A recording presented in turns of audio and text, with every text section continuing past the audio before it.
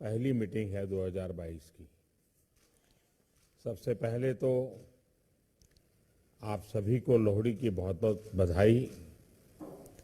मकर संक्रांति, पोंगल, भोगली बिहू, उत्तरायण और पौष वर्ष की भी अग्रिम शुभकामनाएं।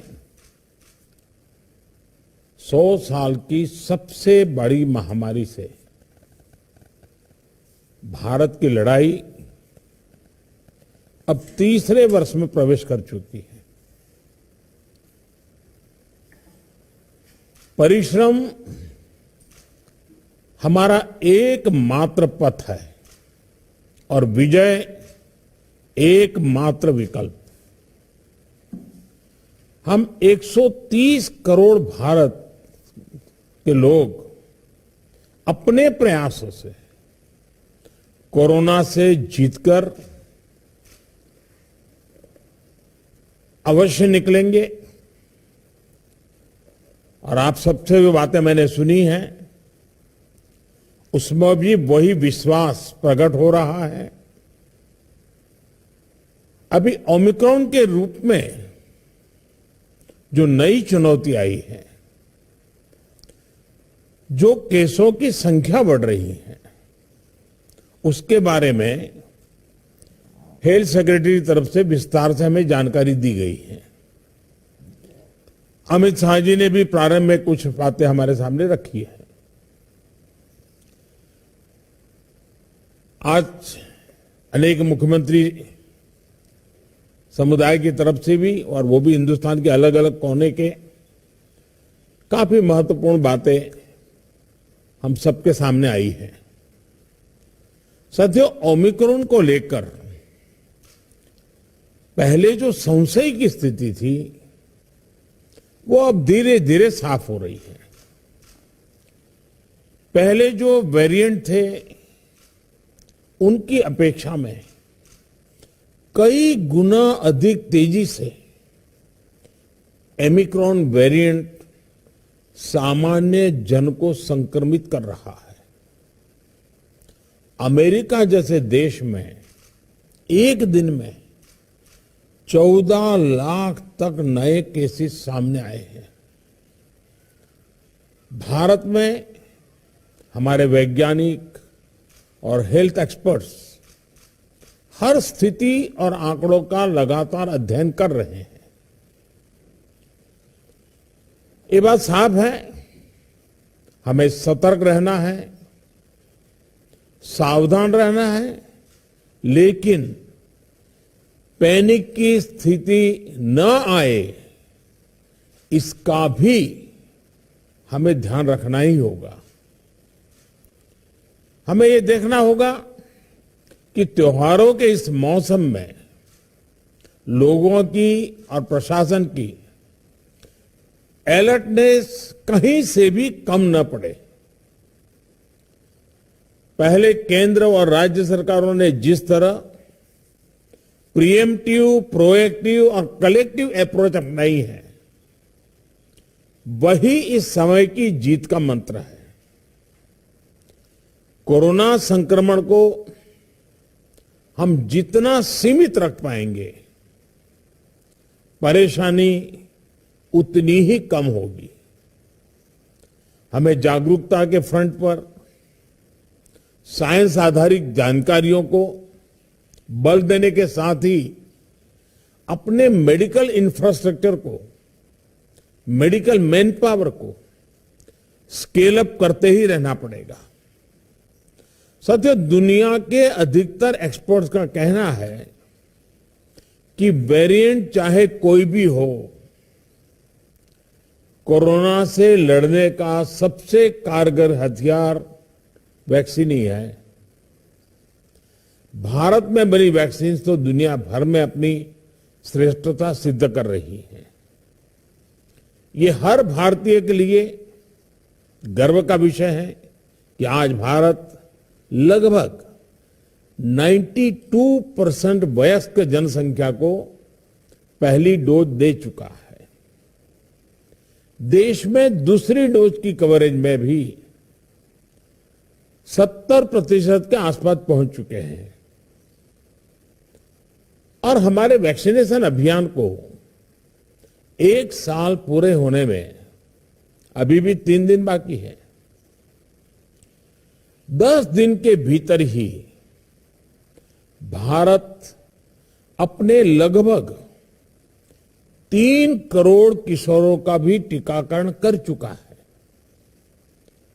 ये भारत के सामर्थ्य को दिखाता है, इस चुनौती से निपटने की हमारी तैयारी को दिखाता है। आज राज्यों के पास पर्याप्त मात्रा में वैक्सीन उपलब्ध है।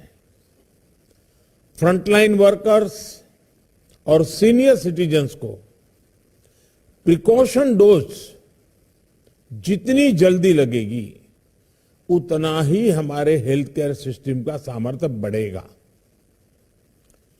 100% टीकाकरण के लिए हर घर दस्तक अभियान को हमें और तेज करना है। मैं आज अपने उन हेल्थ केयर वर्कर्स, हमारी आशा बहनों का भी अभिनंदन करता हूं जो मौसम की कठिन परिस्थितियों के बीच वैक्सीनेशन अभियान को गति देने में जुटे हैं। साथियों, टीकाकरण को लेकर भ्रम फैलाने की किसी भी कोशिश को भी हमें टिकने नहीं देना है।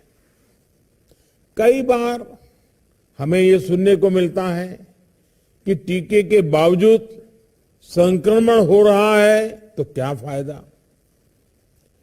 मास्क को लेकर भी ऐसी अफवाहें उड़ती हैं कि इससे लाभ नहीं होता। ऐसी अफवाहों को काउंटर करने की बहुत जरूरत है।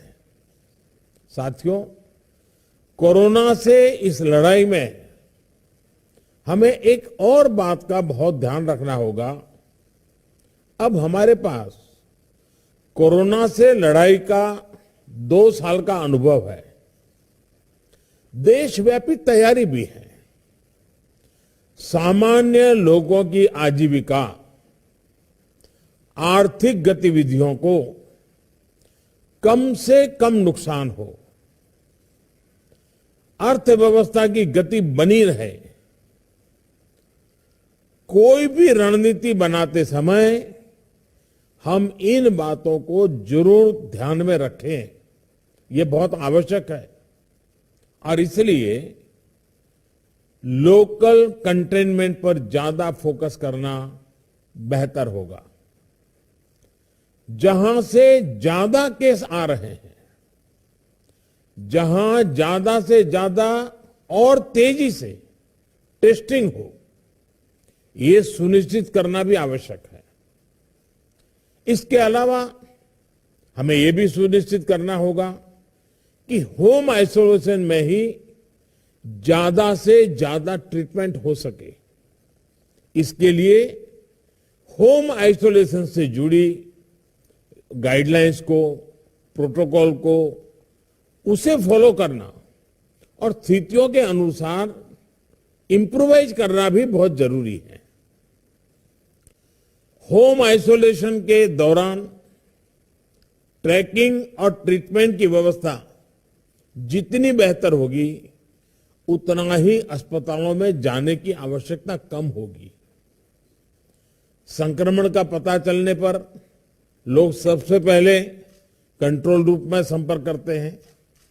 इसलिए उचित रिस्पांस और फिर मरीज की लगातार ट्रैकिंग कॉन्फिडेंस बढ़ाने में बहुत मदद करती है।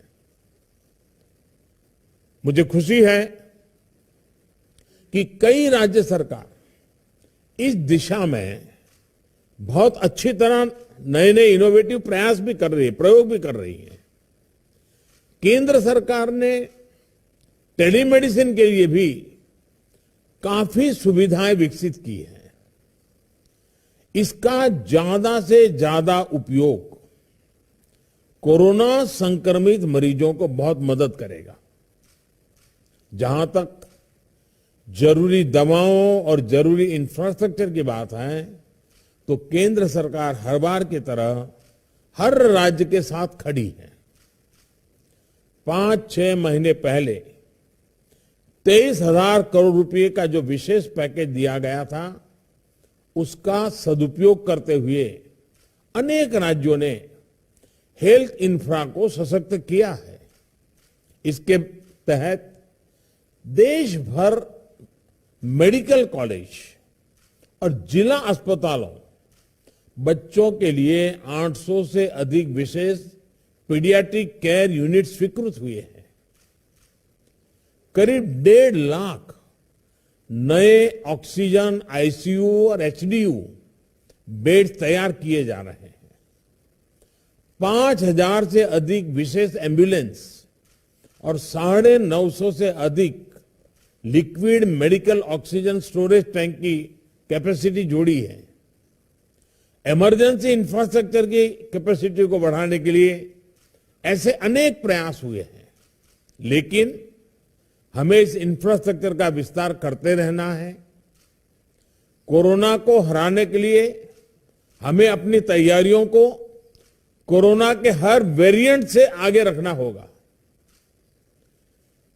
ओमिक्रॉन से निपटने के साथ ही हमें आने वाले किसी और संभावित वेरिएंट के लिए भी अभी से तैयारी शुरू कर देनी है।